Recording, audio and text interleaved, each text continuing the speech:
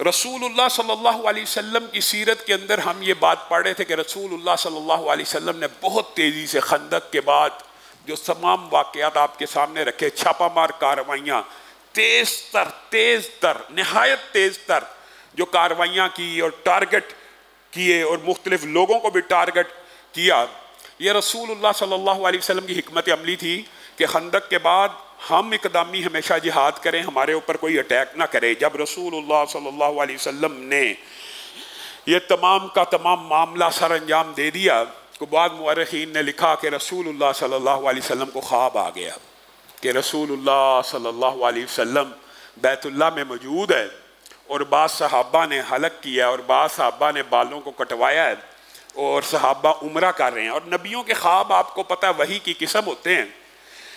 तो वो जो आप देखिए कि मक्का से निकाले गए सहाबा और पूरी दुनिया में हर बंदे को उस घर की जियारत की इजाज़त है, लेकिन ये बेचारे जो हिजरतों के मारे हुए, हिजरतों के सताए हुए बैतुल्लाह की जियारत नहीं कर सकते।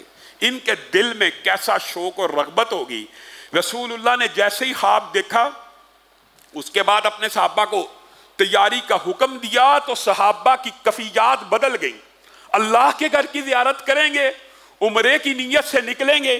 कल तक तो हमारे ऊपर हमला हो रहा था, आज रसूलुल्लाह हमें उम्रे की इतनी बड़ी खुशखबरी सुना रहे हैं। आप अपनी आप के ऊपर जरा कफियत देखिए कि बंदा पूरी जिंदगी पैसे जमा करता है उस घर की जियारत के लिए और जिनके ऊपर पाबंदियां लगी हों, अचानक पाबंदी खुल जाए, अचानक नबी और रसूल कहें कि बैतुल्लाह की जियारत भी होगी, उम्रा भी होगा, उनकी मोहब्बत का, उनके शौक़ व रग़बत का क्या आलम होगा।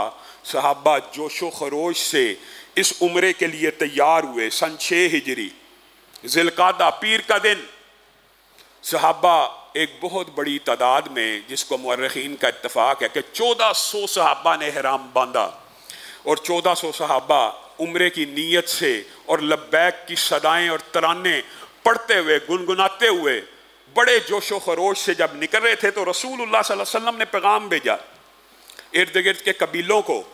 हाँ, खतरा तो था, अभी कुरैश मक्का के साथ कोई सुलह का मुआहिदा तो नहीं, जंग थी, अभी तो जंग हुई खंदक की।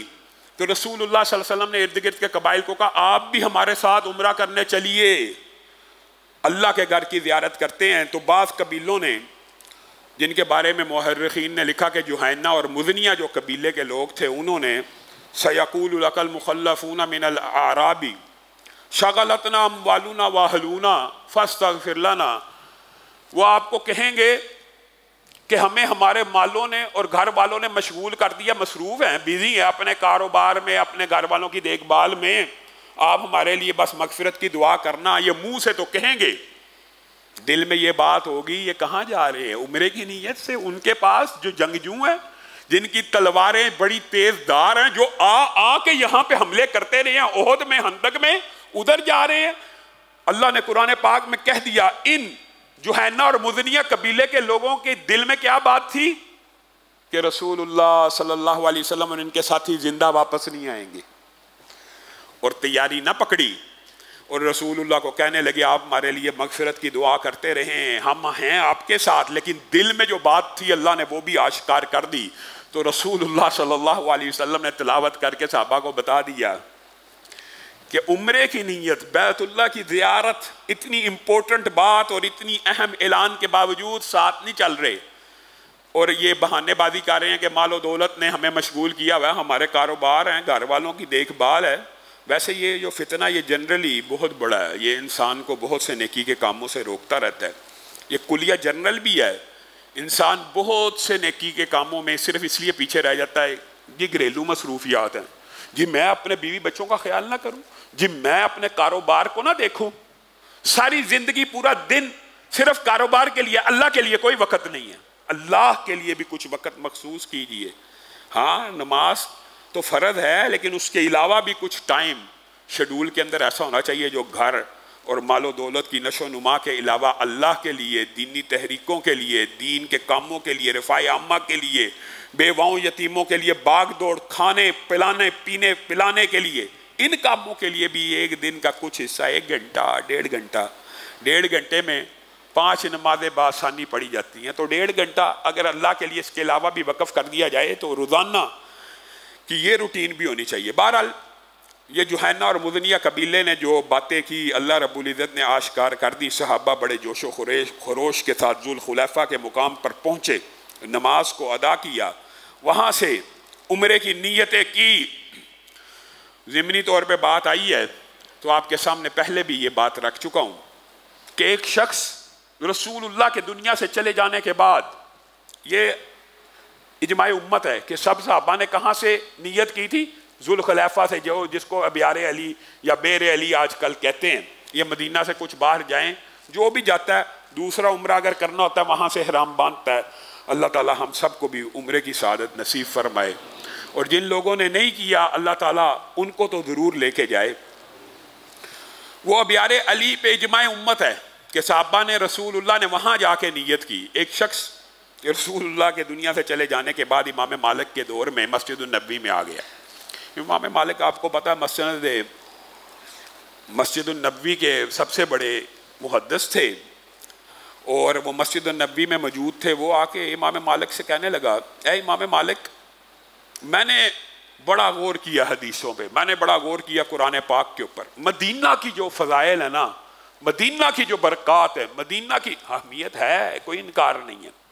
मदीना के फ़ज़ाइल गिनवा रहा है। किसको? इमाम मालिक को, मुहद्दिस मदीना को, कि जी मदीना में आपको पता है ताऊन भी दज्जाल भी नहीं आएगा, ये मदीना की फजीलत है। रसूलुल्लाह ने कहा तुम में से जो इस्तिताअत रखता है मदीना में मरे, मैं कल क़यामत के दिन जो बकी में दफन होगा उसके लिए सिफारिश करूंगा। ये रसूलुल्लाह सल्लल्लाहु अलैहि वसल्लम के फरामीन मदीना के लिए हैं कि इस्लाम सिमट कर दोबारा मदीने में वापस लौट आएगा। मतलब ये है कि मदीने के अंदर ईमान क़यामत तक मौजूद रहेगा। सबसे आखिरी बस्ती, सबसे आखिरी करिया, सबसे आखिरी घर मदीने का होगा जहां से ईमान निकलेगा। इतने मजबूत ईमान के लोग हैं। तो रसूलुल्लाह सल्लल्लाहु अलैहि वसल्लम ने बेशक मदीना को हरम भी करार दिया। वो इमाम मालिक से बहस करता जा रहा है, ये मदीना की ये फजीलत, मदीना की ये फजीलत, मदीना की ये फजीलत। इमाम मालिक ने कहा आप कहना क्या चाहते हैं? कहा ये जो मस्जिद है यहाँ पे एक नमाज का सवाब 1000 नमाजों के बराबर है। जी हाँ, मैंने ज़िल हलैफा के मकाम की कोई फजीलत नहीं देखी, मैंने ज़िल हलैफा के मकाम की कोई फजीलत हदीस में नहीं पाई। आज मैंने ये इरादा किया है कि मैं एहराम तो इंसान जहां से भी बांध ले, नीयत तो ज़िल हलैफा पे जाके करनी है ना, मीकात के ऊपर। आज मैंने इरादा किया है कि मैं उम्रे की नीयत मस्जिद नबवी से करूंगा। इसकी ये फजीलत है, ये फजीलत है, ये फजीलत है। इमाम मालिक जो प्यार से मोहब्बत से पेश आने वाले थे, माथे पे बल पड़ गए, गुस्से में आ गए, जलाल में आ गए। कहा बाज आ जा, फितने में मुब्तला होने से डर जा। क्या कहता है? कहा मुझे ज़िल हलैफा की कोई फजीलत नजर नहीं आई। कहा क्या इस मदीने की फजीलतों से, इस मस्जिद नबवी की फजीलतों से रसूलुल्लाह गाफिल थे? नहीं, मालूम था, उन्हीं ने तो बताया। तो फिर क्या ज़ुल हलैफा की यही फजीलत काफी नहीं है कि रसूलुल्लाह ने वहां से नीयत की है? क्या ये काफी नहीं है तेरे लिए? फलयहज़रिल्लज़ीना युखालिफूना अन अम्रिही, अल्लाह से डर जा, वरना तू ऐसे फितने का शिकार हो जाएगा। तुझे रसूलुल्लाह का अमल और सहाबा का अमल वो तेरे लिए काफी नहीं है, और तू अपनी तरफ से बातों को इजाद करता है। और हमेशा बिदअत के पीछे यही फलसफा होता है। नेकी का काम है, हरज क्या है? अब भाई नेकी का जो काम तू इजाद कर रहा है, क्या अल्लाह को उस नेकी के उस काम की खबर नहीं थी? अगर अल्लाह को खबर थी तो उसने अल्लाह ने रसूलुल्लाह को इतला नहीं दी? नेकी का काम तू तो नया ढूंढ के ले आया, और वो नबी जिसने कहा मैंने शरीयत पूरी पहुंचा दी है, शरीयत कामिल है, मुकम्मल है, आज के दिन इस्लाम मुकम्मल हो गया है, मैंने पूरी शरीयत पहुंचा दी है कि नहीं पहुंचाई? साहबा ने कहा पहुंचा दी है। उस नबी को इल्म नहीं था उस नेकी का, मौलवी को इल्म हो गया। वो नेकी नहीं हो सकती जिसका इल्म रसूलुल्लाह को ना हो, अल्लाह को ना हो, और तू घर बैठे उसको इजाद कर ले। वो अमल जो रसूलुल्लाह से साबित हो, वो भी उस मकाम पे किया जाएगा, उतनी तादाद में किया जाएगा, उस वक़्त पे किया जाएगा, तब ही रसूलुल्लाह के अमल के मुताबिक होगा। इमाम मालिक का फतवा नहीं है, ये इजमाए उम्मत है। जुल्हलैफा यानी मिकात के ऊपर जाके जो इहराम की नीयत करेगा उसी का उम्रा कबूल होगा। अपने घर से नीयत कर लो, मस्जिद नबवी से नीयत कर लो, जहां से मर्दी नीयत कर लो, दीन इस चीज का नाम नहीं।